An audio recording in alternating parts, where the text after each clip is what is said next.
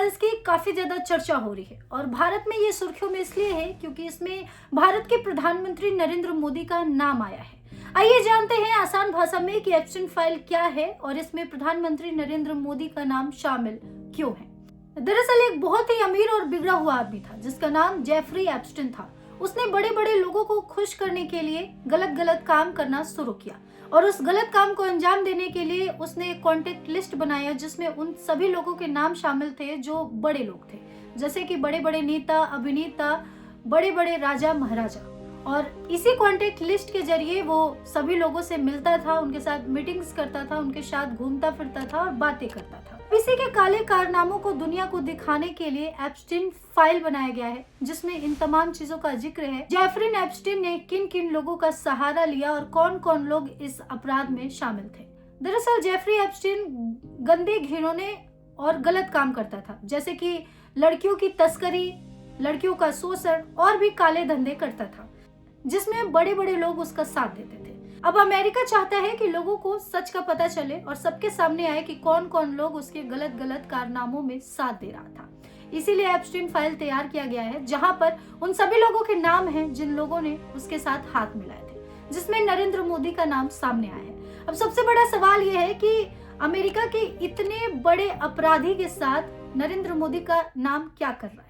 तो आपको बता दें कि नाम आना और अपराध साबित होना दोनों में बहुत फर्क है। जेफरी एप्स्टीन के फाइल में नरेंद्र मोदी का नाम इसलिए आया है क्योंकि जेफरी एप्स्टीन चाहता था कि वो भारत से भी संपर्क में आए, भारत के बड़े बड़े उद्योगपतियों और राष्ट्रपति प्रधानमंत्री से हाथ मिलाए और अपने कारनामों को भारत में भी अंजाम दे सके। लेकिन भारत के किसी भी लोग से उसका कांटेक्ट नहीं हुआ। वो बस कांटेक्ट लिस्ट में उनका नाम लिखा हुआ था कि वो पूरी कोशिश कर रहा है उनसे मिलने की, लेकिन भारत में उसकी दाल नहीं गली। तो नरेंद्र मोदी का नाम उसके इच्छा के अनुसार उसके कांटेक्ट लिस्ट में यानी कि उसके डायरी में मिली है।